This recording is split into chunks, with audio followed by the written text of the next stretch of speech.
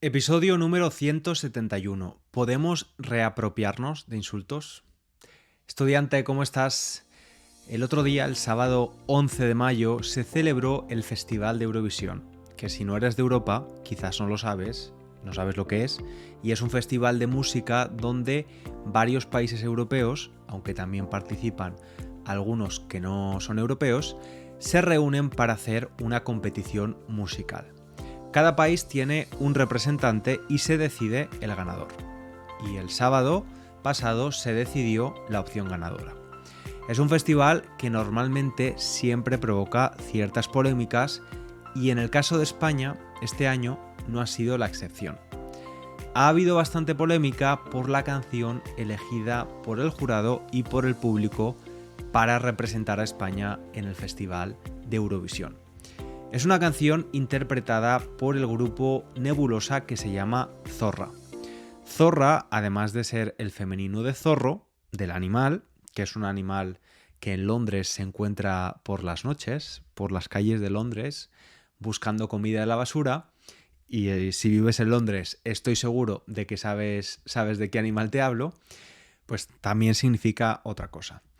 Y antes de continuar contándote sobre esta palabra y su controversia, te quiero recordar que puedes leer la transcripción gratuita del episodio y usar las flashcards de vocabulario disponibles en la página web www.spanishlanguagecoach.com y allí también vas a ver que el día 20 de mayo, en unos días, se abren las inscripciones a mis 3 cursos online.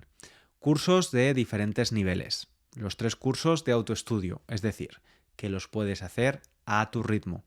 Estarás estudiando conmigo con los vídeos y si tienes preguntas, también las puedes hacer y te responderemos. Preguntas sobre las lecciones, claro.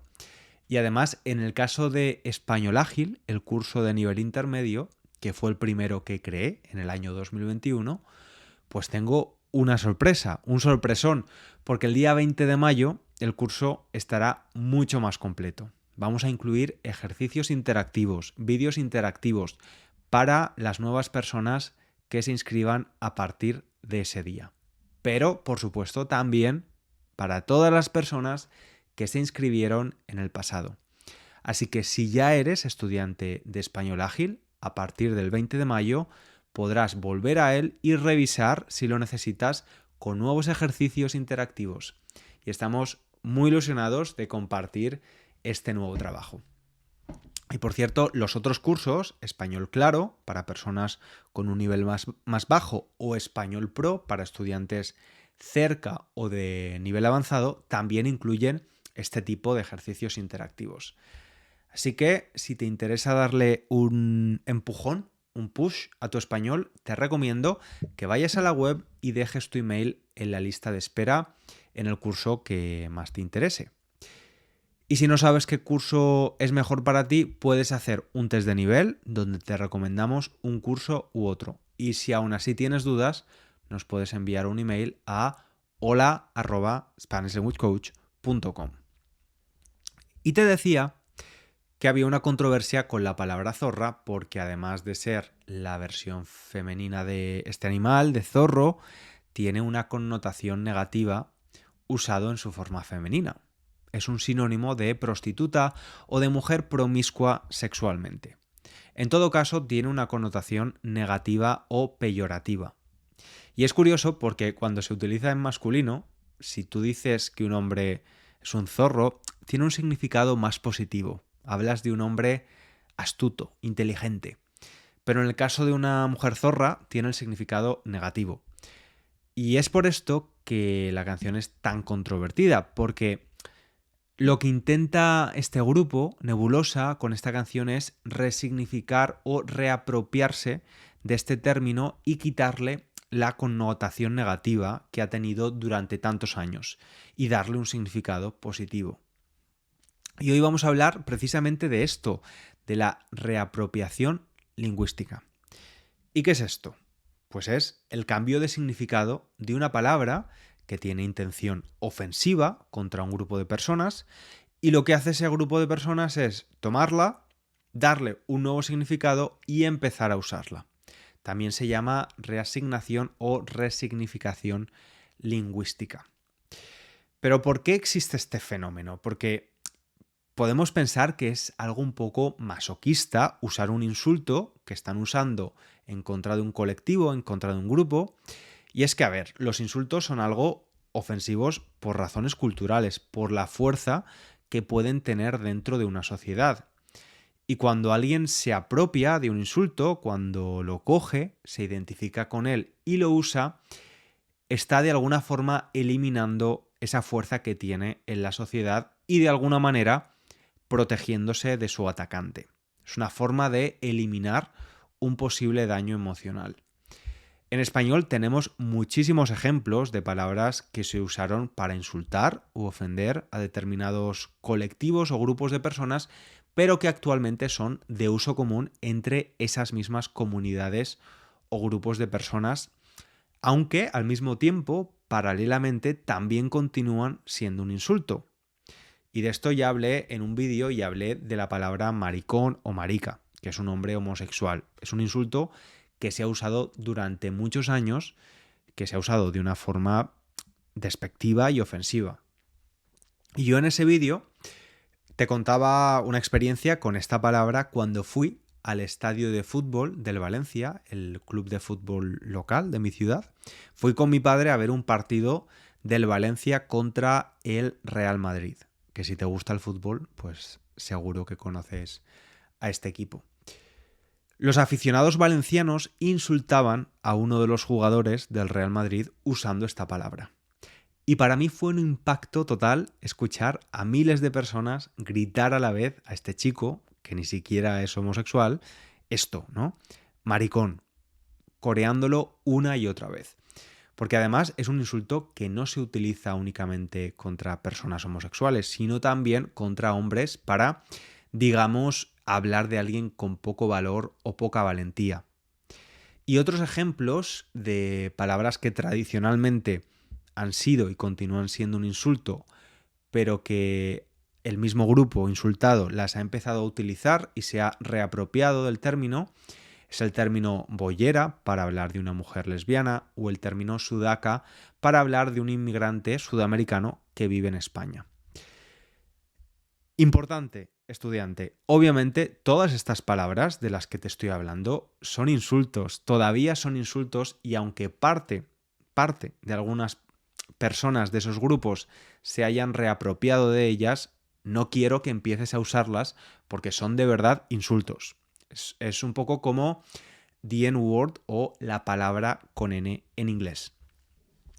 Como curiosidad te diré que la reapropiación lingüística no es la única forma en la que tiene la lengua de cambiar el significado negativo de una palabra por otro positivo. Esto se hace a través de la antifrasis, que es una figura retórica que consiste en dar a un objeto o persona un nombre que indica cualidades contrarias, opuestas a las que realmente tiene.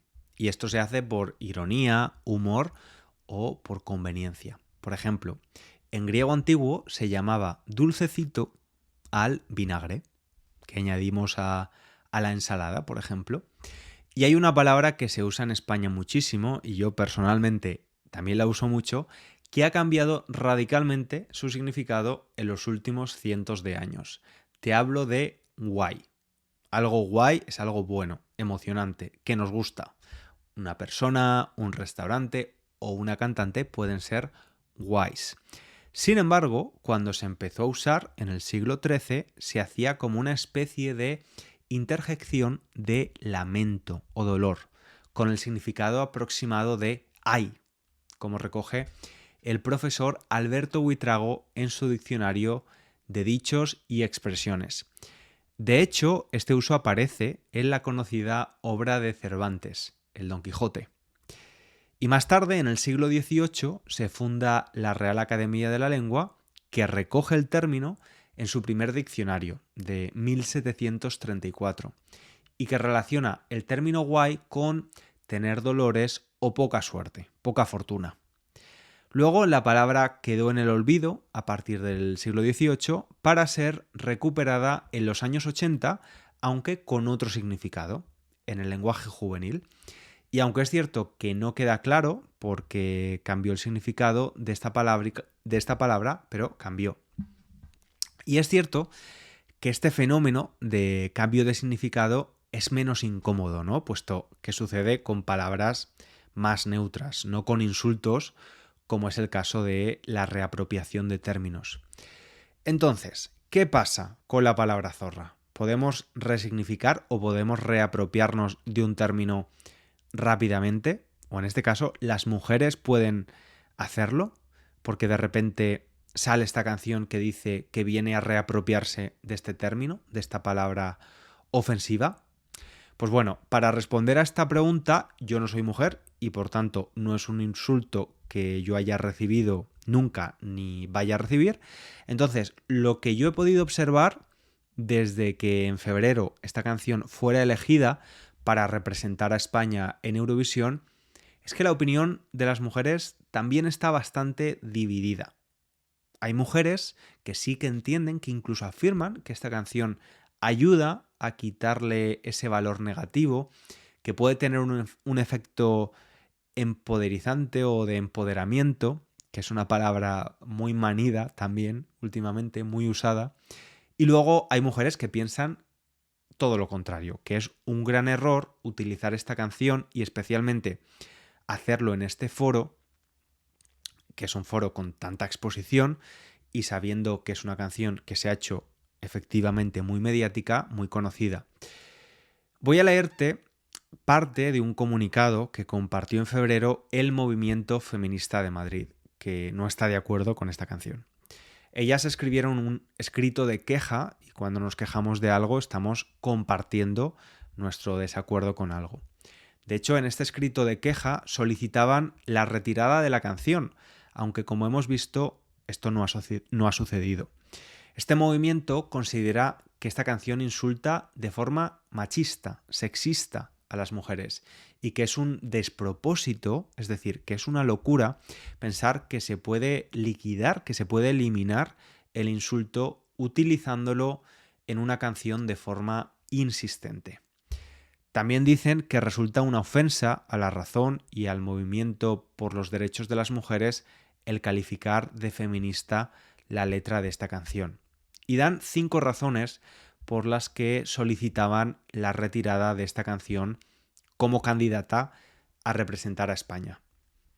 La primera razón es que el insulto zorra es violencia verbal contra las mujeres, que su uso es denigrante, humillante y es bien conocido en el español, una lengua con casi 500 millones de hablantes. Según las sentencias judiciales y de los testimonios de las víctimas de violencia machista, es decir, violencia ejercida hacia las mujeres, a diario se las maltrata usando esta palabra. Y festejar, hacer fiesta con un término que es un arma de humillación de agresores machistas, es una forma de revictimización pública. El segundo punto dice que la canción se titula y su letra repite en 45 ocasiones el insulto zorra dirigido a una mujer. Dicen que esta reiteración, que esta repetición intensiva del insulto, incluso en su mismo título, convierte toda la composición en un vehículo de la misoginia. Y el tercer punto es el que más nos interesa desde el punto de vista de la lingüística, porque este movimiento dice que en defensa de la canción se argumenta la intención de resignificar el término como empoderamiento de la mujer. Y el comunicado dice, esto es insultar nuestra inteligencia. En primer lugar, porque la machacona repetición, algo machacón es algo que se repite y nos da dolor de cabeza. La machacona repetición invalida la pretensión. El resultado va a ser la banalización social de este insulto, no un cambio de significado. Y en segundo lugar, porque asumirse como zorra y normalizar un insulto no empodera a ninguna mujer. Por el contrario, facilita el camino a que las adolescentes asuman y tomen la mirada machista sobre ellas mismas. Y proporciona facilidades a los comportamientos machistas. Y se preguntan, ¿de verdad queremos que las niñas crezcan asumiendo que llamarse o ser llamadas zorra las empodera? Los dos últimos puntos hacen referencia a lo inapropiado que un ente público, un medio público, como es Radio Televisión Española, que es quien organiza la selección de la canción española para representar a Eurovisión, decida llevar esta canción a un concurso europeo. Yo, la verdad, estudiantes, que tengo sentimientos encontrados. No tengo muy clara mi opinión. Creo que no debería haber demasiadas limitaciones a la libertad creativa de un artista que cree una canción, una película, un libro, lo que sea, pero creo que en este caso, como dice el comunicado, el hecho de que sea una canción que va a ser promovida por una entidad pública, como es Radio Televisión Española, pues sí que supone un problema y creo que es lícito que se generen estas controversias. Y luego otro problema que veo es que me dio la sensación de que cuando salió la canción, al principio, sobre todo, que había casi como una imposición a aceptar que esta canción suponía el principio de una resignificación o reapropiación del insulto zorra. Y creo que es algo que en realidad, aunque es un fenómeno que debe ser un proceso colectivo, también es algo muy personal. Es decir, la cantante y compositora de la canción, Mary, cuenta que las letras son autobiográficas. Y voy a leerte algunas partes de la canción para que puedas entenderlo mejor. Ya sé que soy solo una zorra, que mi pasado te devora. Ya sé que soy la oveja negra, la incomprendida, la de piedra. Ya sé que no soy quien tú quieres, lo sé. Entiendo que te desespere, lo sé. Pero esta es mi naturaleza. Cambiar por ti me da pereza. Estoy en un buen momento, solo era cuestión de tiempo. Voy a salir a la calle a gritar lo que siento, a los cuatro vientos. Si salgo sola, soy la zorra. Si me divierto, la más zorra. Si alargo y se me hace de día, soy más zorra todavía. La cantante creó esta canción como una forma de terapia. Decía que necesitaba expresar de alguna forma lo que sentía después de sentir en varias ocasiones discriminación por ser una mujer con espíritu libre. Mary empezó su carrera musical después de cumplir los 50 años y quiere dar un mensaje de libertad y celebración, de liberarse de las reglas sociales. Y está claro que en su caso la canción le sirvió de forma terapéutica, decidió hacer ese cambio de significado y apropiárselo. Pero no se puede esperar que todas las mujeres se sientan igual. En general, la resignificación de un término o de un insulto puede ser tanto un fenómeno individual como colectivo y a veces involucra una combinación de los dos. Yo lo decía en el vídeo que hice sobre la palabra maricón. Para mí sí que ha sido sanador reapropiarme de esa palabra y usarla a veces en determinados contextos, pero entiendo que no a todos los hombres homosexuales les guste. Y de nuevo pasa lo mismo con las palabras que he mencionado antes, the N-word, con la palabra sudaca, boyera. Y es por eso que digo que tengo sentimientos encontrados. Puedo ver cómo para algunas personas ese insulto y darle la vuelta a su significado les ayude a quitarle el valor negativo y que para otras sea pues todo lo contrario. Esa es mi forma de verlo. ¿Y tú qué piensas de todo esto, estudiante? Yo te dejo con esa pregunta. Espero que hayas disfrutado del episodio. Te espero en el siguiente y recuerda echar un vistazo a los cursos y dejar tu email en la lista de espera si quieres mejorar tu español conmigo. Un placer pasar este rato contigo. Un abrazo grande.